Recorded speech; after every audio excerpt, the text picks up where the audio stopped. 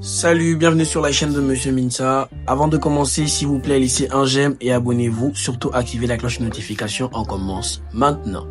Bonjour à tous, j'espère que vous vous portez bien. Bienvenue sur la chaîne de votre enseignant préféré. Donc, on garde le même principe et le même processus, s'il vous plaît.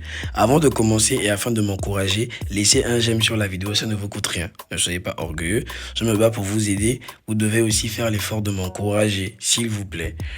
Aujourd'hui, je vais faire un cours précis sur les éléments de l'introduction en histoire-géographie concernant la méthodologie du sujet de type 1. Et je vais apporter des précisions. C'est-à-dire qu'à l'intérieur, vous allez retrouver ce que vous devez faire concrètement et avec un exemple précis pour chaque élément de l'introduction. Oui, c'est mon combat. Vous devez avoir cet examen-là et je me bats pour vous. Laissez un j'aime s'il vous plaît. Si tu es nouveau, abonne-toi. Ok. Donc, l'introduction. C'est simple. C'est une étape clé dans la rédaction d'une dissertation. C'est elle qui donne la première impression au correcteur et l'oriente dans sa lecture. Une introduction bien rédigée se compose de 3 parties. Vous avez l'amorce, la problématique et l'annonce du plan. Donc vous lisez avec moi s'il vous plaît. Ces 3 éléments doivent être rédigés sous forme de 3 paragraphes distincts. Donc 1. Présentation du sujet. L'amorce ou l'entrée en matière a pour but d'introduire le sujet de manière claire et engageante. Astuce pour une amorce réussie. Soyez simple et direct, allez droit au but en utilisant des phrases courtes et compréhensibles. Situez le sujet dans son contexte, vous pouvez utiliser une référence historique, un événement marquant ou une idée générale liée au sujet. Vous voyez qu'ici on ne définit pas, vous allez définir quoi? Vous pouvez définir la guerre, vous pouvez définir le Gabon, vous pouvez définir ce qu'on entend par quoi là. Il y a quoi, quelle expression qui m'énerve là? En tout cas, bref, on va d'abord aller sur le fond. Ensuite, on vous demande d'éviter les banalités. N'utilisez pas des expressions comme depuis la nuit des temps ou de tout temps. Tu n'étais même pas encore né dehors depuis la nuit des temps. Quelle nuit? Tu connais même que c'était la nuit ou le jour. Donc, on évite ces choses-là. Exemple, sujet sur le bilan de la Seconde Guerre mondiale où on sait que vous devez parler du bilan humain, le bilan économique et le bilan moral. Voici à peu près à quoi peut ressembler une amorce concernant ce sujet-là. La Seconde Guerre mondiale est l'un des conflits les plus meurtriers et destructeurs de l'histoire contemporaine. Point. Là, c'est ma phrase d'accroche. À l'intérieur, je montre au correcteur que je sais de quoi il est question. Oui, ça veut dire qu'il y a aussi les phrases d'accroche dans la rédaction de l'introduction en histoire-géographie concernant le sujet de type 1. Ensuite, je continue en disant, ce conflit planétaire a marqué l'humanité par son impact dramatique, tant sur le plan humain qu'économique et moral. Et je m'arrête là, j'ai planté le décor. Et je peux passer maintenant à la problématique. Donc on va lire grand 2, problématique. La problématique c'est quoi? C'est la question centrale. C'est moi, Monsieur Minsa, qui vous dit, on ne fait pas ou on ne met pas plusieurs questions dans la problématique. Arrangez-vous désormais à formuler une seule question pour la problématique. Une seule question. La problématique est une question claire, précise et pertinente qui oriente toute la réflexion de la dissertation. C'est le fil conducteur du devoir.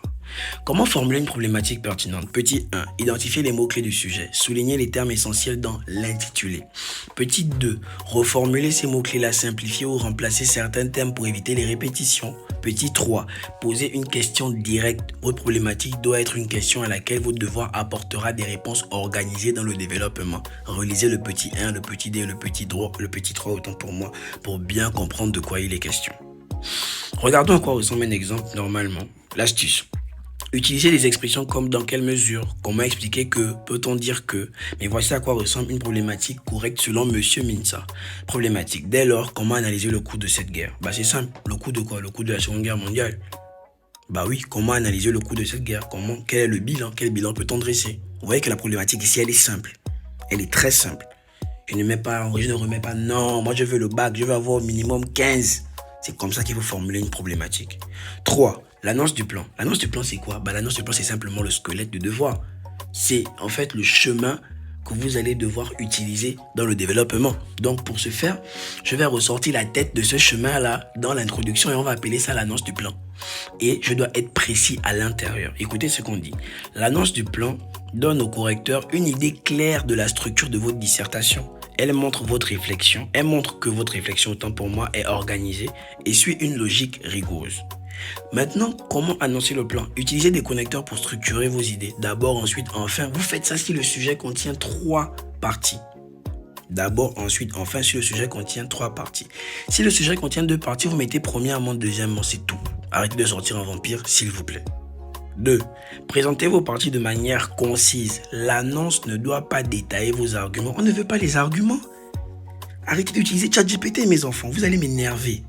Mais simplement mentionner les axes principaux, donc de quoi il est question, quelles sont les grandes lignes, quelles sont les grandes idées. 3. Faites des phrases courtes et directes pour gagner en clarté. Vous voyez que c'est assez simple. Exemple.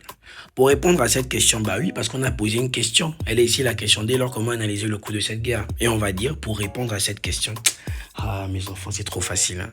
C'est trop facile. Mais tu ne travailles pas, donc tu auras toujours la sous-moyenne. Si tu travailles, tu auras toujours la moyenne. Pour répondre à cette question, nous examinerons d'abord le bilan humain. Ah là là, il y a une faute de frappe, désolé. Le bilan humain de ce conflit mondial. Ensuite, ses impacts économiques et enfin ses retombées morales. Simplement. Maintenant, en guise de conseil pratique, qu'est-ce qu'il faudrait retenir? 1. Ne mélangez pas les parties. Chaque élément, amorce problématique et l'annonce du plan doit être dans un paragraphe distinct. Reformulation selon M. Minza. Concernant l'introduction en histoire-géographie, je dois avoir 3 paragraphes pour le sujet de type 1. 2. Soyez concis mais précis. Ça veut dire n'écrivez pas beaucoup mais soyez clair. Une introduction trop longue peut ennuyer le correcteur. Bah oui, vous racontez votre vie pourquoi? On vous prépare pour le baccalauréat. Donc je dois être capable de synthétiser et capable de résumer mon cours avec des petits mots, mais tout en étant précis et pertinent. 3. Relisez-vous. Vérifiez que vos phrases sont claires et sans faute. Ah, si tu fais les fautes là-bas, c'est toi-même. Oh. Tu auras moins 2 au bac. Oh. Les fautes. Les photos. 4. Captez l'attention du correcteur. Montrez dès l'amorce que vous maîtrisez le sujet et que votre travail est structuré. Bah oui, monsieur Minsa, c'est comme ça qu'on dit toujours, normalement.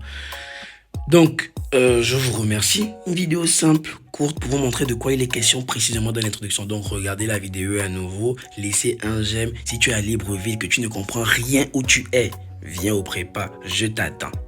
Mon combat, c'est ton combat. Ton examen, c'est mon examen. Et vous devez normalement gagner. Malheureusement, les places sont limitées. 20 000 francs l'inscription, 20 000 francs le mois. Nous sommes situés à IAI et au charbonnage. Donc, bien des choses à vous. C'était Monsieur Minsa. Laissez aussi un commentaire et dites les sujets qui vous dérangent. On verra comment régler ça. Allez, bisous.